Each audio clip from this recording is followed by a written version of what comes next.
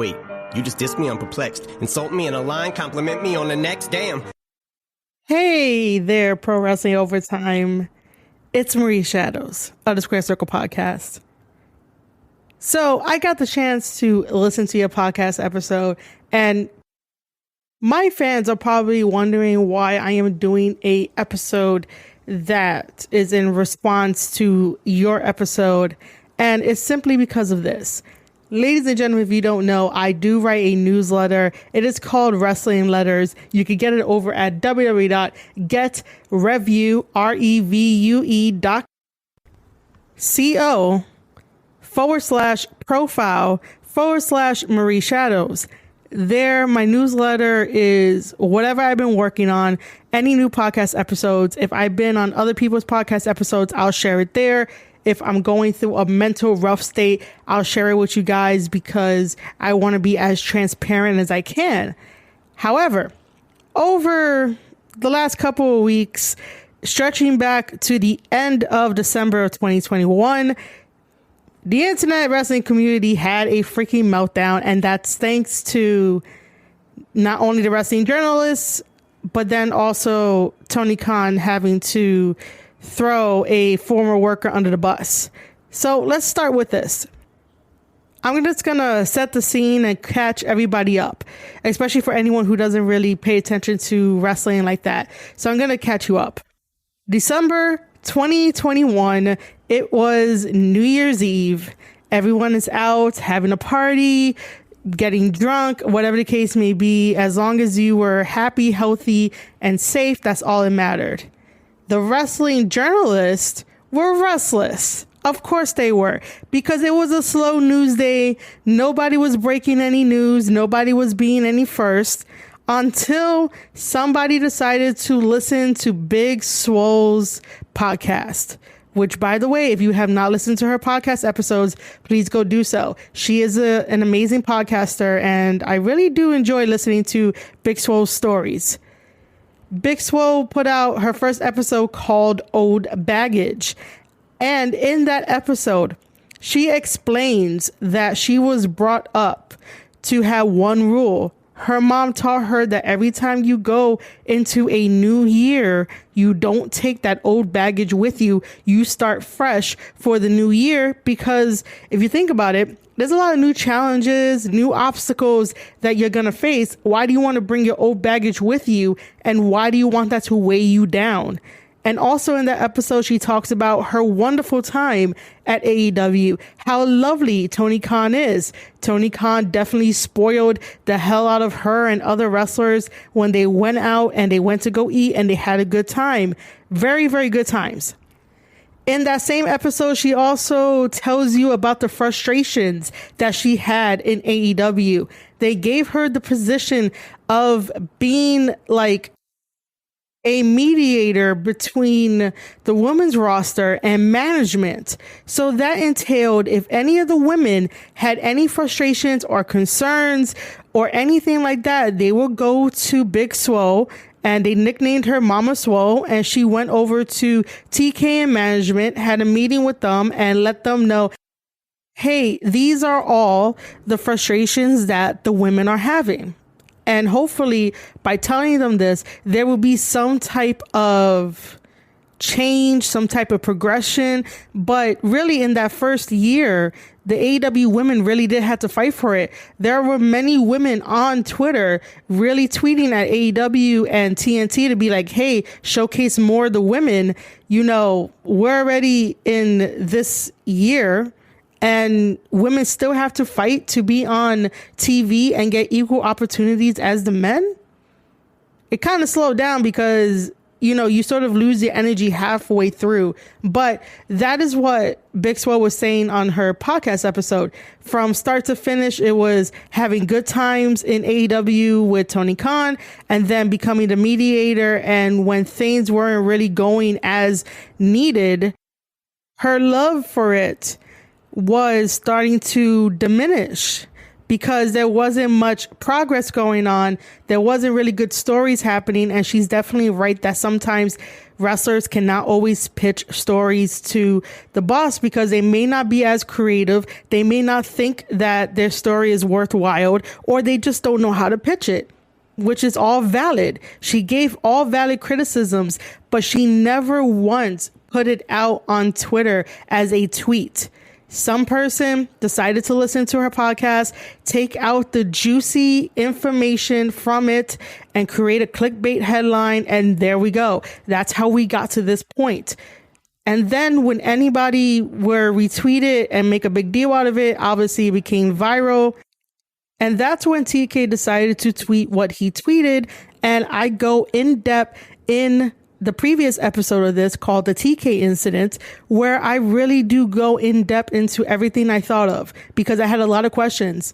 TK should have let this one die. He should have never said anything. If you had a very good exit interview, and in a previous interview, you said that Big Swole is amazing and she's very talented and we love her here, why would you go back and sort of have this tweet that throws her under the bus, that basically dismisses all of her selflessness, all of her hard work? She didn't have to do any of that stuff for the ladies, but she is like the best mama out there to make sure everything gets taken care of.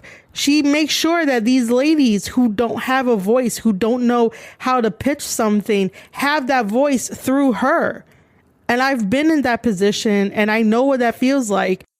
And the moment that someone dismisses my own accomplishments, my own contributions to this wrestling business, the same way that TK did to Big Swole, as if her experience and her frustrations did not mean shit, I'm not going to stand for it. And that's why I said what I said on Thomas Island, and I said what I said on my podcast, because I think that we should all be in this together. And we should not be taking any shots like that, especially when you are the head of a wrestling company, All Elite Wrestling. Like, you're supposed to be a boss and a leader, and not just someone who wants to throw somebody under the bus because you felt some type of way. Instead, pick up the phone, call her, talk to her about it. Now that I have caught you guys up on this, because I don't want to spend too much time on it, it's already sailed.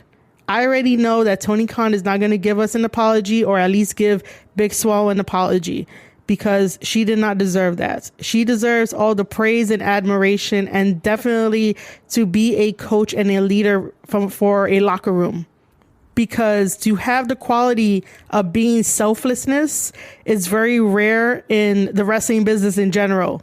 We are very few and far between. And the moment that you fuck us over is the moment that your company is going to go down the drain. You expose yourself so much that the recovery is not going to be there. But the AEW fans are blind and they are so faithful. So the recovery is still going to be there.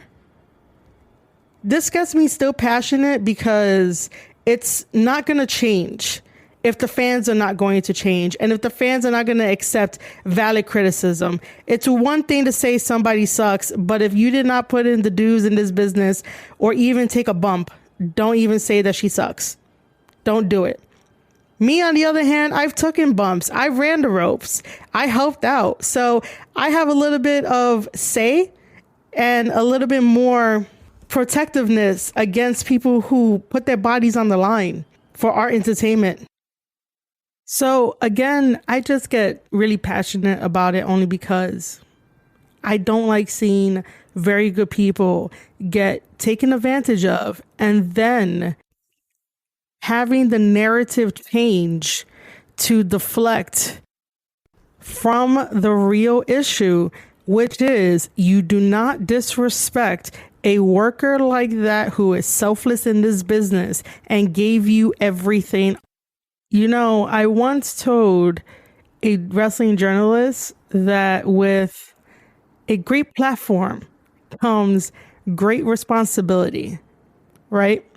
So that will be my message to Tony Khan, that with a huge following comes great responsibility, and do not direct it towards people who are kind at heart, people who want to see everybody eat at the table, people who want to see everyone succeed in their dreams.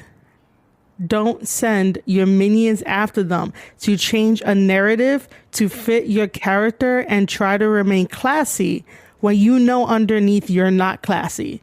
When you know underneath that you will sell out somebody faster than anybody else. But anyway, getting back to Pro Wrestling Overtime, dissecting my newsletter. So on my newsletter, I put 4 points that I really do talk about on the podcast episode. And this goes to show what wrestling journalism does. Wrestling journalism definitely takes an article, especially if someone has points on there or too long didn't hear type of thing, and they react to it.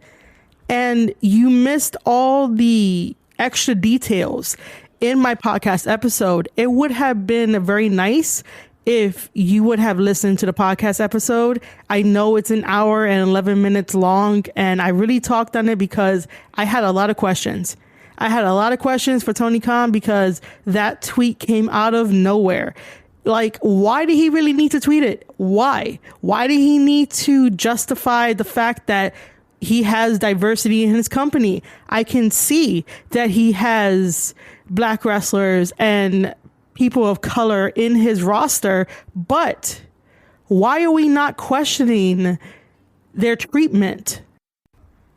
Why are the black wrestlers featured on AEW Dark and Evolution way more than on Rampage or AEW Dynamite compared to the 3 biggest people that came in, which is Adam Cole, Kyle O'Reilly, and Bobby Fish? You cannot deny that this is like WWE 2.0. And I know you guys hate that, but you really have to look at it. AEW is really the alternative, and it really is. However, Tony Khan is relying more on big name superstars than trying to build the younger guys up. And they are building the younger guys up. However, they're on this stupid rotation system that has no rhyme or reason, no structure, and like, what is it really doing for them? It's not doing anything for them. Are we really talking about Jungle Boy 24/7 like we were in 2019 when he was with, I mean, he still is with Jurassic Express, but like, are we really talking about them as much as before? No, we were talking about the homegrown talent in 2019 way more than now. Now we're talking about Adam Cole, Bobby Fish, Kyle O'Reilly, Malachi Black, Cody Rhodes, because he wants to be in every conversation, and more.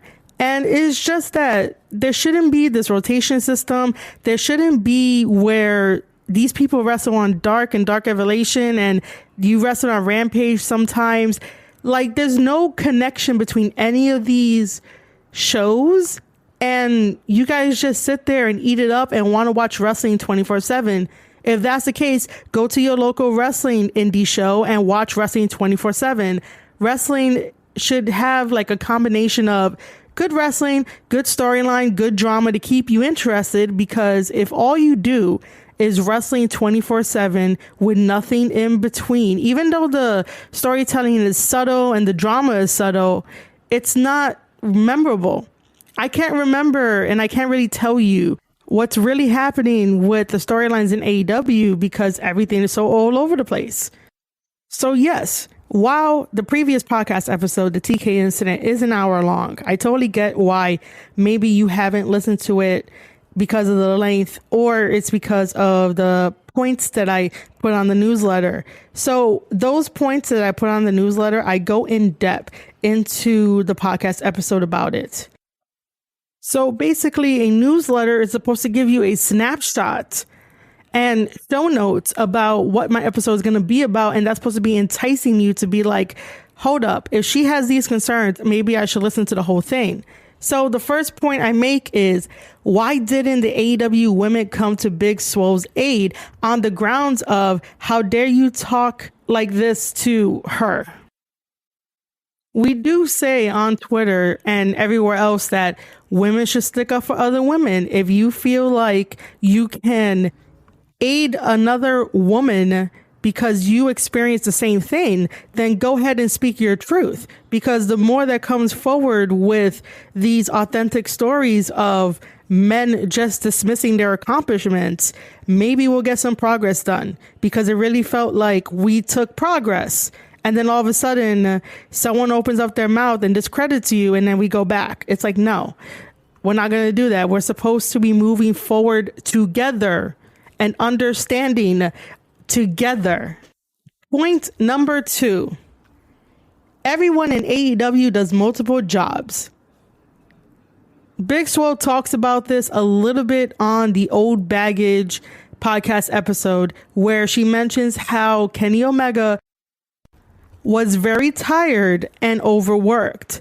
And we knew that, especially in 2019, we knew that. Apparently, he was the head of the women's division. He was also working on the game. He was also wrestling here and there. He was doing a lot of things. And so don't you think that's concern? But on your episode, you said that every job is like that. Every job gives you multiple hats. Well, yes, I do agree that there are jobs out there who take advantage of those labor laws. However, are you falling off a ladder in your 9-to-5 cozy job in a cubicle? Are you going through a table? Are you going through a trash can? Are you taking bumps in a ring that has plywood and a little bit of padding? Are you going through chairs? Like, the thing you'll have to worry about in your 9-to-5 job is being overworked and them telling you, oh, you have overtime.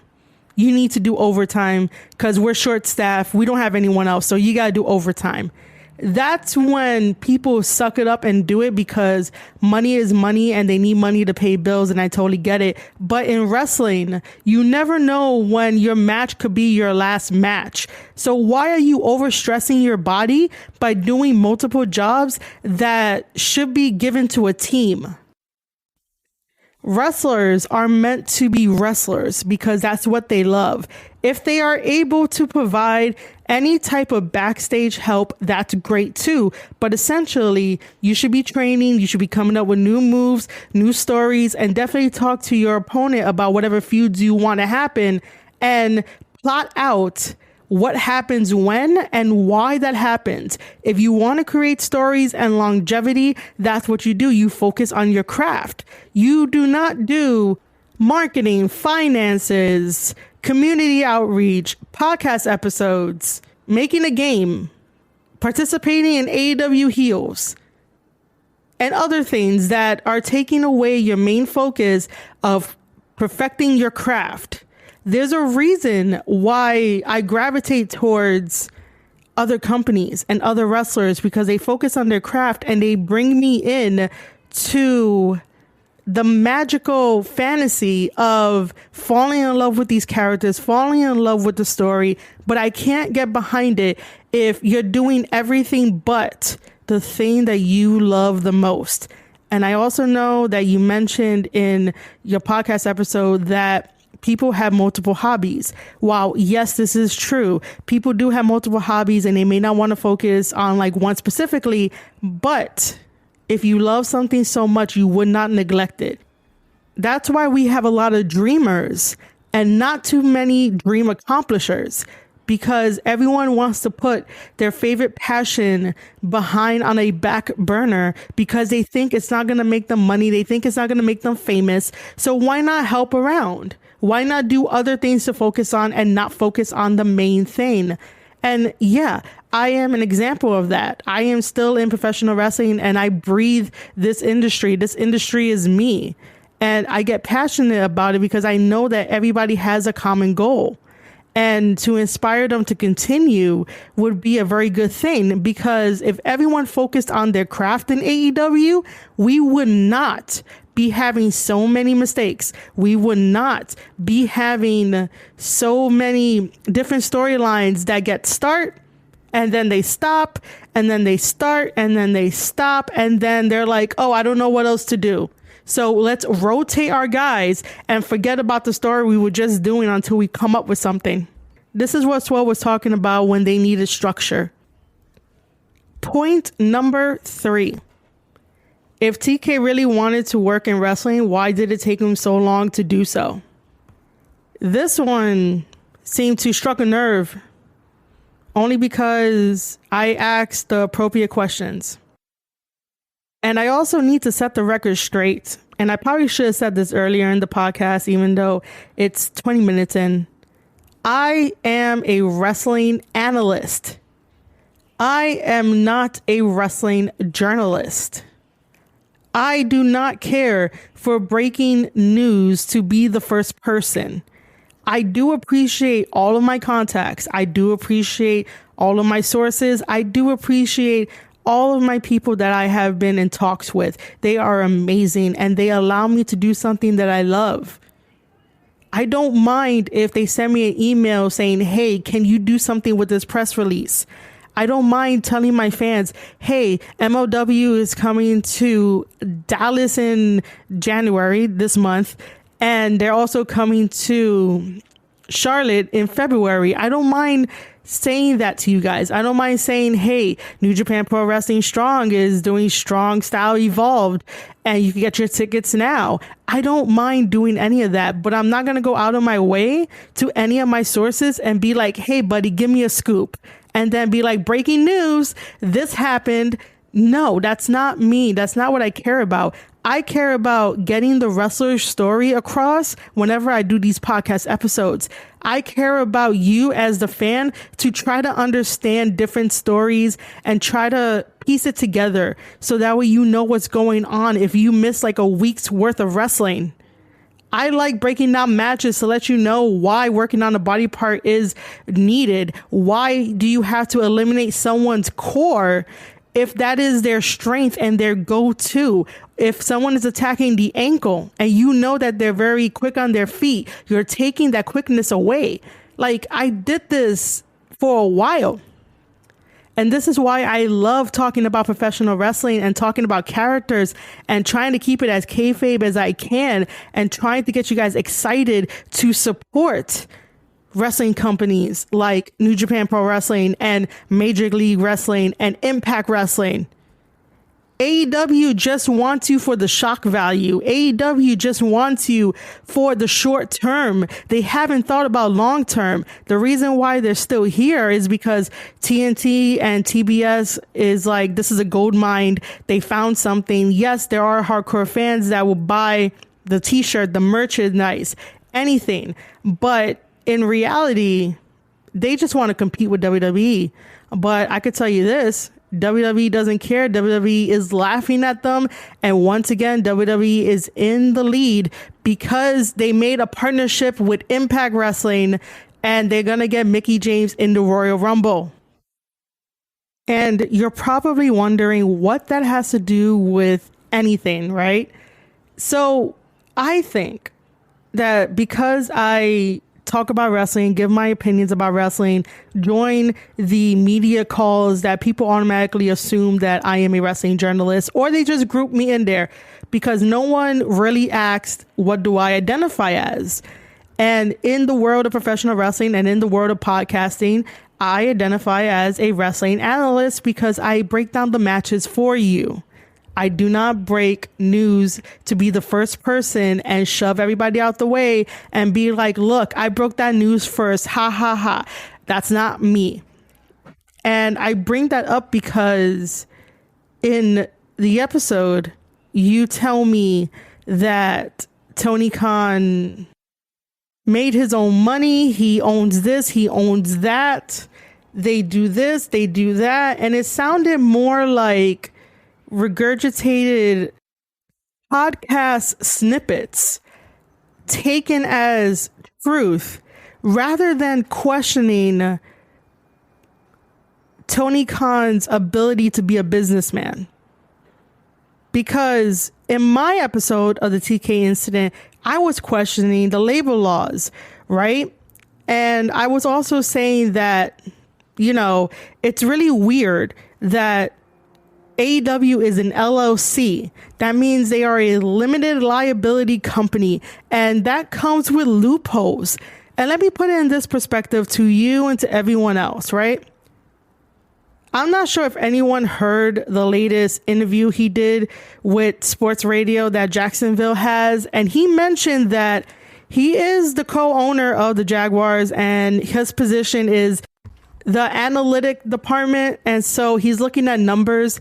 So because he could not juggle that division and also AEW, he decided to hire a team. This team works directly under him to handle the numbers of the Jaguars. And that got me thinking, whoa, TK, if you're able to hire a team for that, how come you can't hire a team for AEW? Why are you not opening up job positions for people who have legit degrees and people who really want to work for your company? And maybe you'll make more money, and then you could expand and actually get a base of operations, because you can't call the Jaguar Stadium your base of operations if anything happens. Like, imagine if the Jaguars no longer want to be at that stadium. What are you going to do? If someone buys out the Jaguars, because we all know money talks, what are you going to do? What is AEW going to do? Where is their home base? WWE has their home base in Connecticut.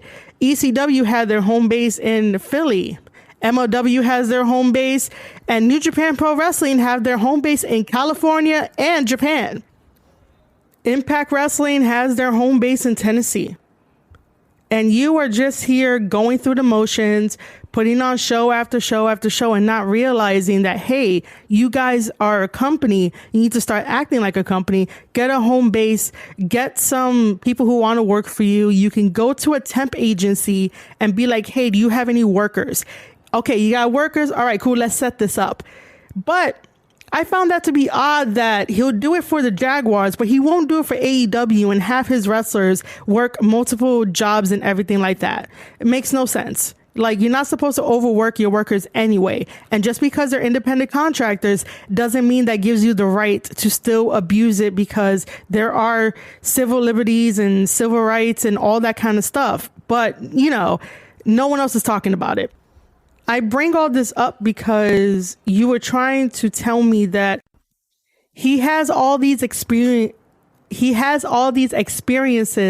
in finances, and he's a business guy, and he didn't have to pay his dues because he has Arn, Telly, Tony Schiavone, and Jim Ross there to help him with that. He has Jerry Lynn and the rest of the guys. While yes, he does have them, but none of them ever ran a business like Eric Bischoff ran WCW.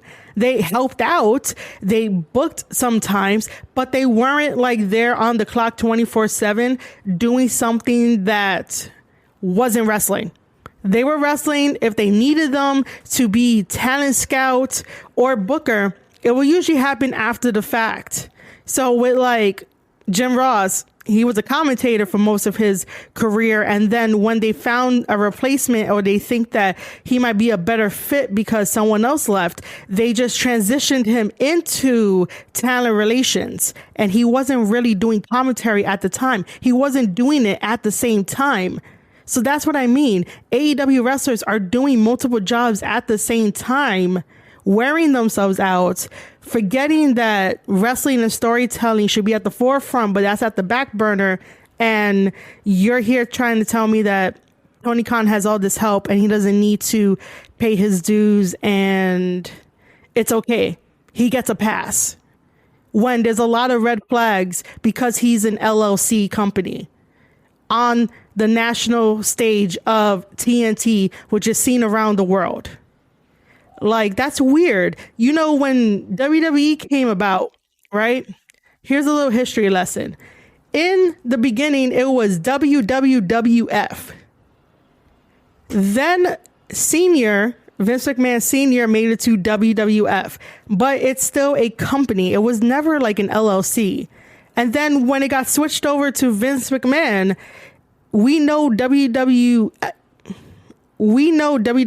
is a company, and they do things the regulated way.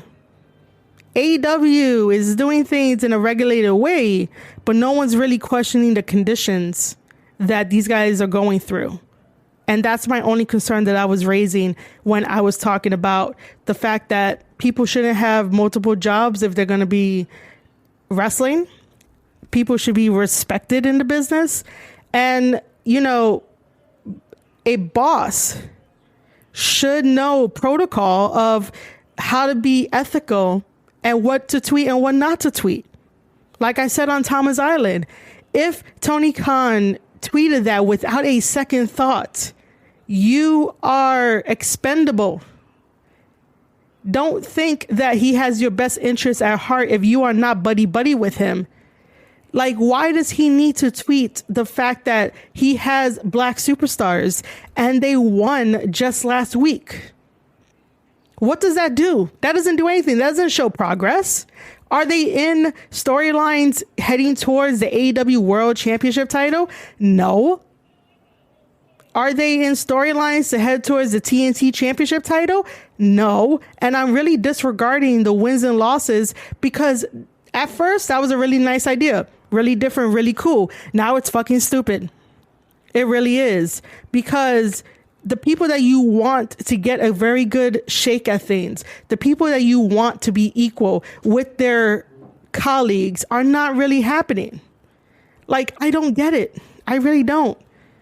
And I was just raising concerns in the extended version from what I said on Thomas Island. And now we come to the last point that I have written in my newsletter. I say, then I discuss, meaning in the previous episode, the TK incident, my experience of feeling that same dismissal during my career. And I ended with asshole men. Now, I would have just let the criticism slide, right? Because first of all, thank you for actually giving me feedback and your opinions and your thoughts on the 4 points, even though you didn't listen to the episode. But to bring that up and to say that while you will never walk in my shoes because you do not know my experience, you follow it up with don't go projecting. That was like, whoa, what? I would have let everything slide and I would have said, it's your opinion. Thank you for giving me your opinion. And thank you for giving me your concerns. But that honestly feels like a backhanded slap to me. You say that you can never walk in my shoes, but yet then say don't project. When this is a personal experience I've dealt with of being dismissed by men because they did not want to accept my accomplishments of working for WWE, working behind the scenes on the indies, dropping everything that I have planned for the day to go help out my wrestling buddies and to make sure that I am putting their career over and letting promotions know, hey, you should book this guy. You should sign this guy.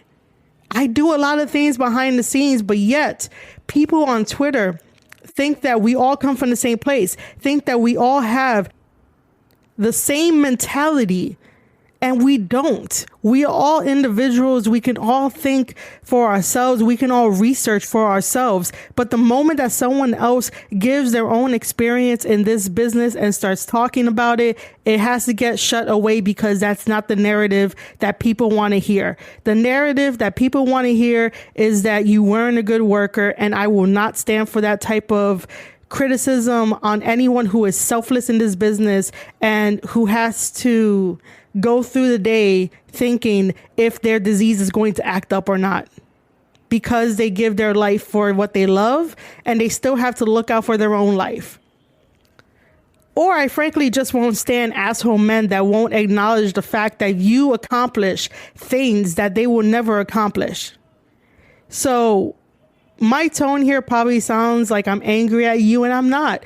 I'm just really passionate, and I'm really tired of talking about the TK incident because I know that we're not going to get a apology from TK and you guys put him on a pedestal as the best man ever. This should have raised the flag, and the flag should have been raised when he cut off that wonderful woman reporter, Ella J, when she asked him a simple question of, will we ever see a woman's pay-per-view?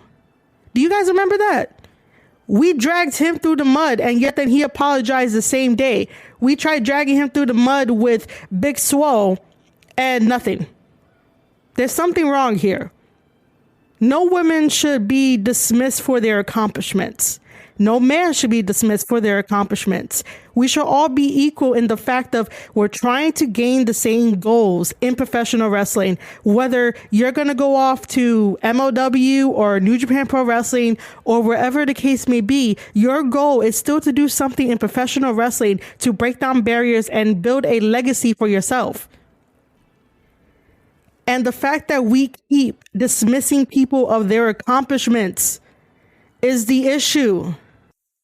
It has nothing to do with race. It really doesn't. It has everything to do with you don't treat people that way, especially when they give it their all.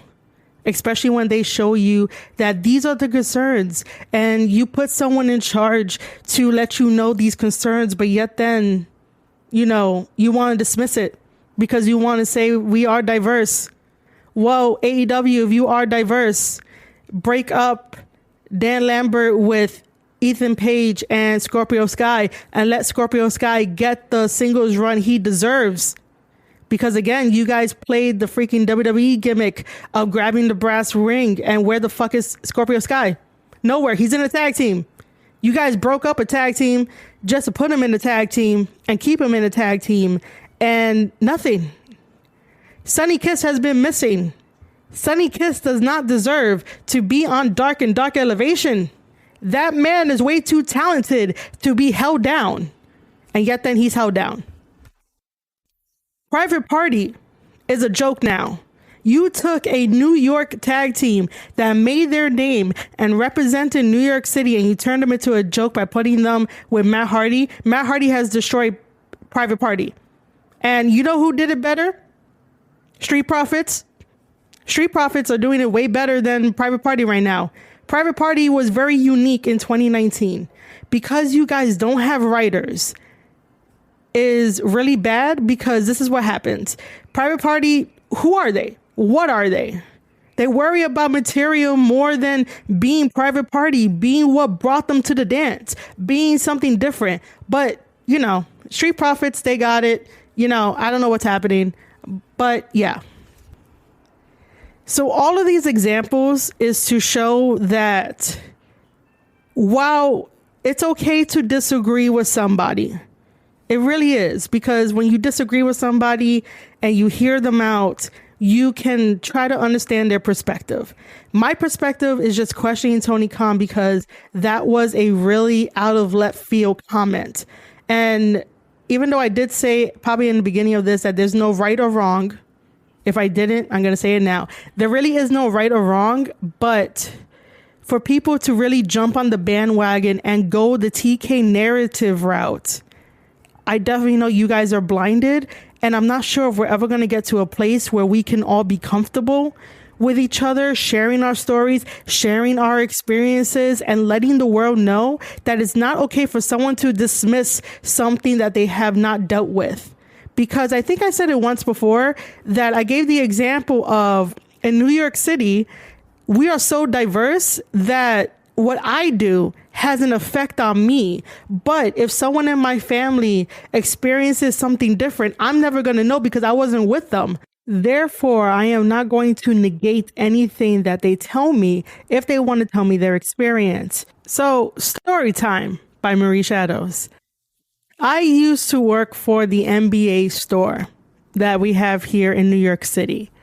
And so I remember being on the day shift.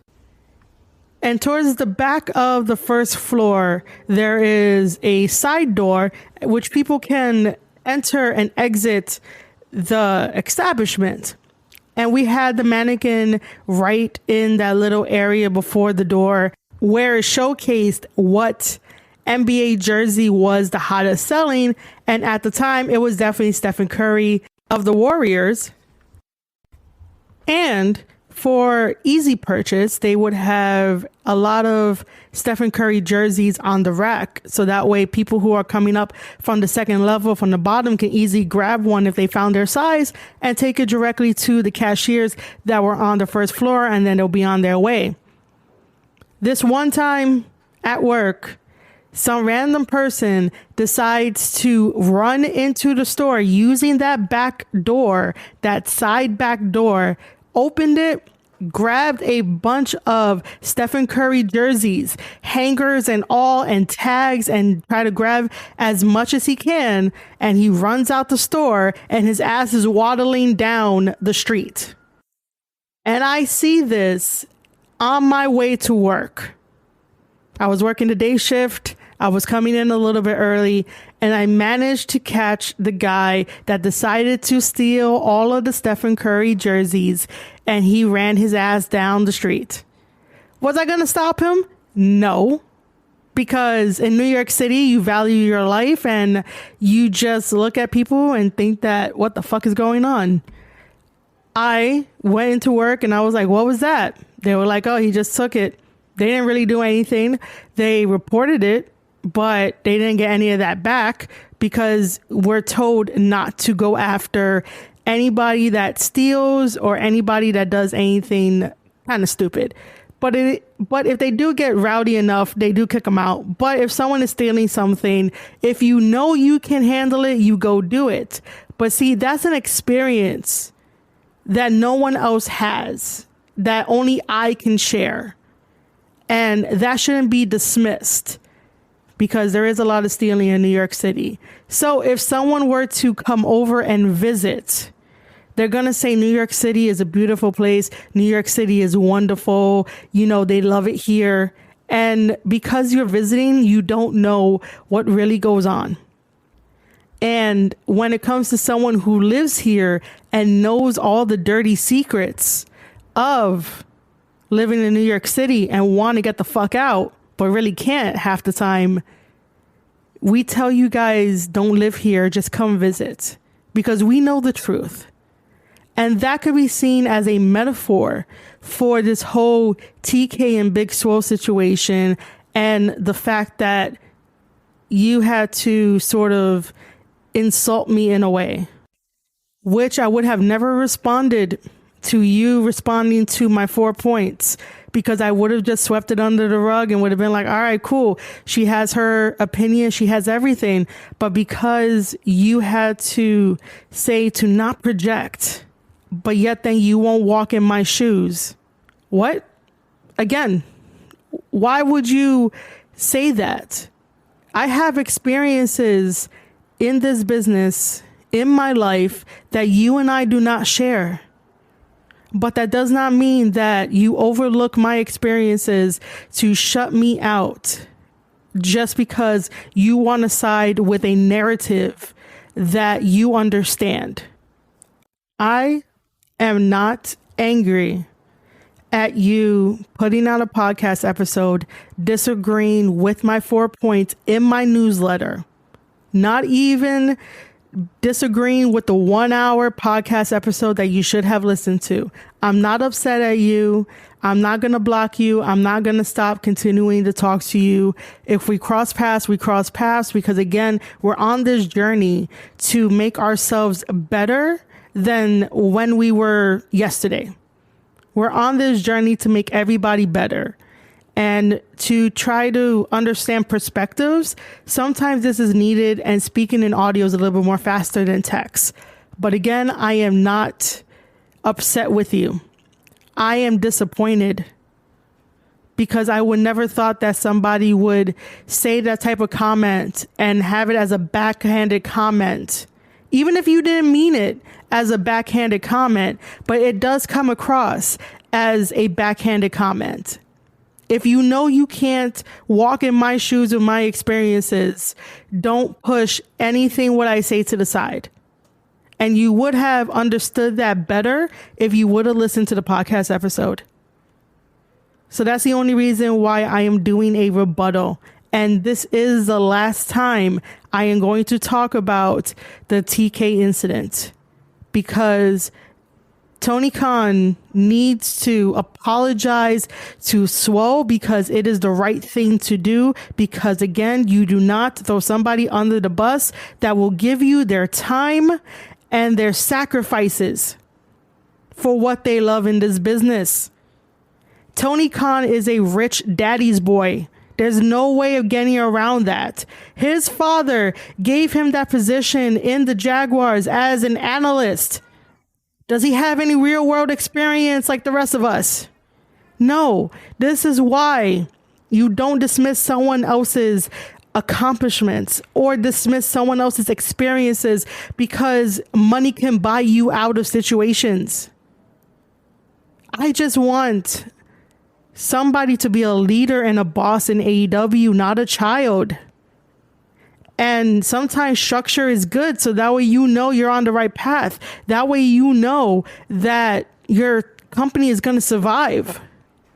While yes, it is very fantastic that AEW is giving work to a lot of the indie wrestlers that I meet along the way. Congratulations, guys. You guys are on AEW. Yes, you guys can say that you made it to AEW, but you shouldn't be getting the indie treatment that feels like it's on a mid-level at the moment, if that makes any sense.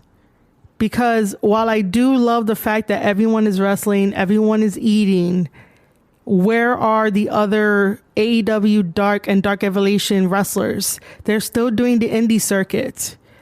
MLW has an open door policy, and maybe MLW will pick you up if they could fit you in if you have a story, or maybe you just want to tell Court Bauer that you want a one-off match.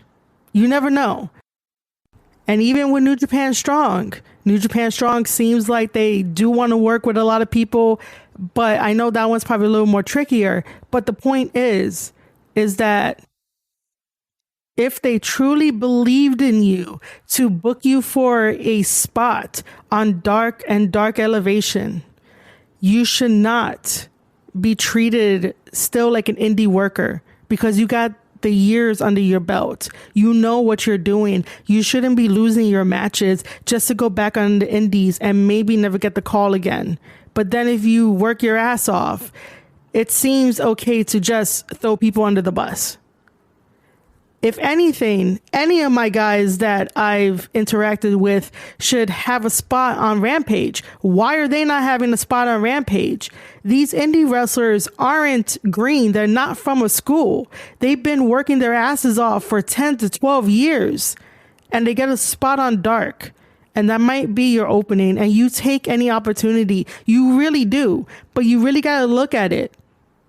If you know that you're a big deal and you can offer them more, why not try to negotiate a spot on Rampage? Toss in an idea of why you want to be on Rampage, because Rampage gets to be seen by people in their household.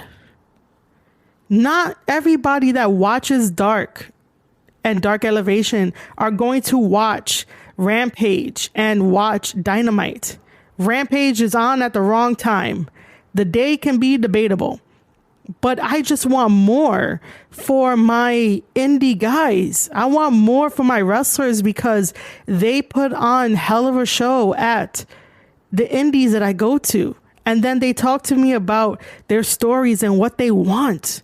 And I want them to achieve everything that they want to achieve, because that's the type of person that I am. And because I do all this selflessly, and because I spend time with them, I still get dismissal. I still get questioned by random burner accounts that don't see any value in me as a woman to contribute to this business as a writer, because Tony Khan got it in your heads that he does not want any type of comedy sketch. Well, sir, do you read? Do you read any novels? Like, there's a reason why we have best-selling authors. There's a reason why Netflix ends up doing adaptations of novels. Like, I hope you read. Writing saves lives as much as professional wrestling. We all enjoyed Undertaker, Kane, and Paul Bearer. That whole family story oriented, that whole story, we all loved it. And if you're saying no, you're lying to yourself. Stop lying to yourself. That really helped me realize that I had a spot in this business, that I can write for somebody. And I've said it before, and I'm going to say it again. My way of doing things is not to have the wrestler read my script word for word, because if they did so, then we're filming a movie. Wrestling is the best long-term storytelling of theater, where you can improv and you can be whoever the fuck you want in professional wrestling. But I will just give you a script, tell you to read it over, let me know your thoughts, and we could go from there. If you like it, you like it. If you don't, you don't. I'm not going to force you, the wrestler, to say these words, to memorize these words. I'm going to guide you. It is my job as a writer to make sure to get your ass over and make sure the fans love you or they boo you. It is not my job to have you read a movie script because we're not doing a movie. And it's sad that Tony Khan don't want to hear any of this type of criticism, doesn't even want 15 minutes with me. You know, I did send him a link to my Hangman script via Instagram, but no, he doesn't take the time to talk to ladies unless he's rude to ladies. And that's someone that I'm not sure if I ever want to work for. Because if you're rude to an ex-employee the same way that he was rude to Big Swole, then that really tells me something. That's really a red flag. If you're not willing to work with me, but you're willing to work against me because it's not part of your narrative, then no, I want nothing for it. Back to the situation at hand. Again, I'm not upset. I'm just really frustrated that we still had to have this conversation when I moved on, and I was really going to make some Wrestle Kingdom podcast episodes, MLW, and New Japan Strong, because that is what I'm focusing on. AEW, I'm going to watch you guys from afar. I'm still going to comment because I like commenting on wrestling. I want to see it progress. I want to see it evolve. I want to see it do its damn best. And if I can still lend my voice to do that without any backlash because you think that I'm projecting or you think that I don't know what I'm talking about, I'm still going to do it. I got my strong opinions. I'm okay with it. I am comfortable with my own truth. I am comfortable with who Marie Shadows is. I did not get to WWE with handouts. I got it based on opportunity, and I made the most of it, and I went for it, and I did it. I accomplished it. No one could take that away from me. I helped out Evolve before WWE brought out Evolve. No one could take that away from me. I built the ring. No one can take that away from me. I put my guys over because I love them, and they mean so much to me. That's everyone that I have ever interacted with. And they know who they are if they ever listen to this. And you guys could probably see who I interact with anyway online. So again, I'm not afraid of who I am. I'm comfortable with who I am.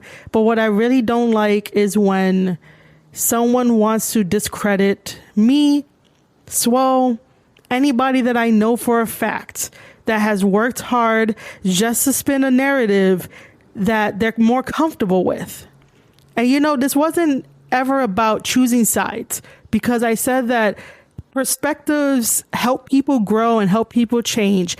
And this isn't about which side should you pick, but it's quite obvious that if you're just going to dismiss hard work, then you already made up your mind without trying to hear the other one out. So again, I am just disappointed that you had to make a podcast episode about the 4 points in my newsletter and not hear the full 1 hour and 11 seconds of the podcast episode that's just an extension of Thomas Island. Next time, please just do the research. Make sure that you know what you're talking about. Do not regurgitate from things you hear from a podcast episode from somewhere else, because if you're not asking questions, you're not getting the full story. That is what journalism is about, right? It's about asking questions. And I'm the only one here asking questions, asking the right questions, and putting things into perspective to the best of my ability. And if I'm wrong, I'm wrong. If I'm right, I'm right. Whenever I say I love what I do, it's not a gimmick. It's not me putting on a character. When I get generally upset about something, it's because I've experienced it. And no other woman should be dismissed. No other woman should experience that. It's really bad enough that we go through a lot of mental health issues, and we are the biggest nurturers on this planet. And yet then people still want to be like, oh, you don't know what you're talking about because you don't have A, B, C, and D. You don't check off everything off the list. But yet then your ass is sitting at home, not doing the work, not being behind the curtain, not dropping everything at a moment's notice to go help your buddies when no one else is going to be there for them. And they know that they can rely on you to go film their promos, to go help at Ring Crew, to be a ticket usher. And this isn't an attack to you, Pro Wrestling Overtime. I just need to put this into perspective for everyone else listening, because it's not fair. My experience shouldn't have to fit your narrative to try and save face. Everything else was fine in your podcast episode, except for telling me not to project when you clearly can't walk in my shoes. And again, I'm not angry. I'm just disappointed.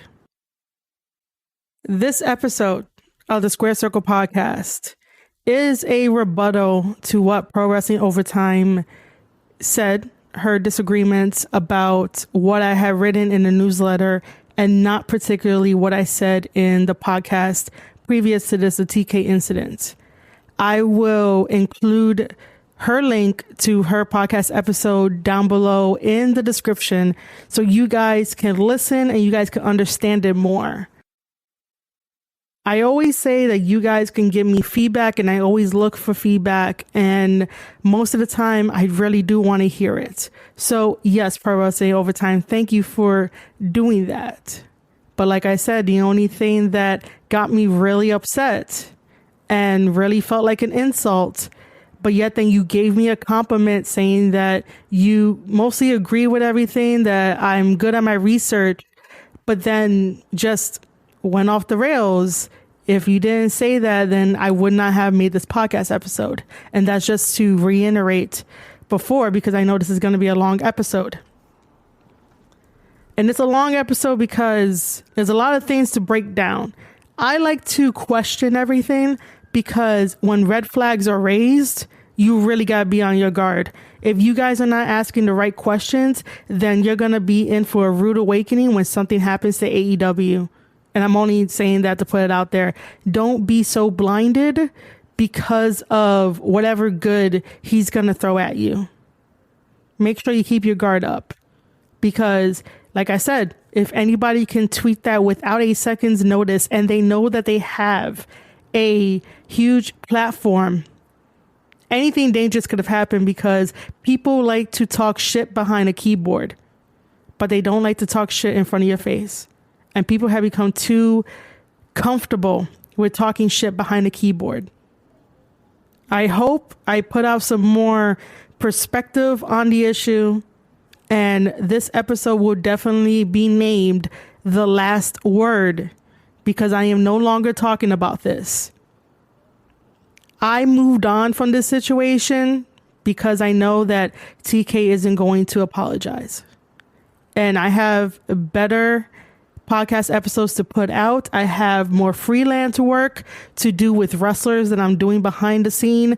And I want to make sure that all of my podcast people in my community, the ones I talk to, we are all doing this together, and we are all pushing each other to make damn good programming for the fans to enjoy. It's 2022. we shouldn't be negative. We should be constructive in our criticism, but also keep in mind that someone else's perspective and experiences are not the same as yours. And Twitter is not the blanket for that. So, Pro Wrestling Overtime, thank you for putting me over. I am Marie Shadows of the Square Circle Podcast. This episode is episode 2 of 2022. It is called The Last Word. I will not be talking about this ever again. I am going to continue to talk about New Japan Pro Wrestling, New Japan Strong, and MLW, and do my freelance work behind the scenes. And so, with that, this is the end of the podcast. And I wish you guys so well in your future endeavors. I'll see you guys on the next one.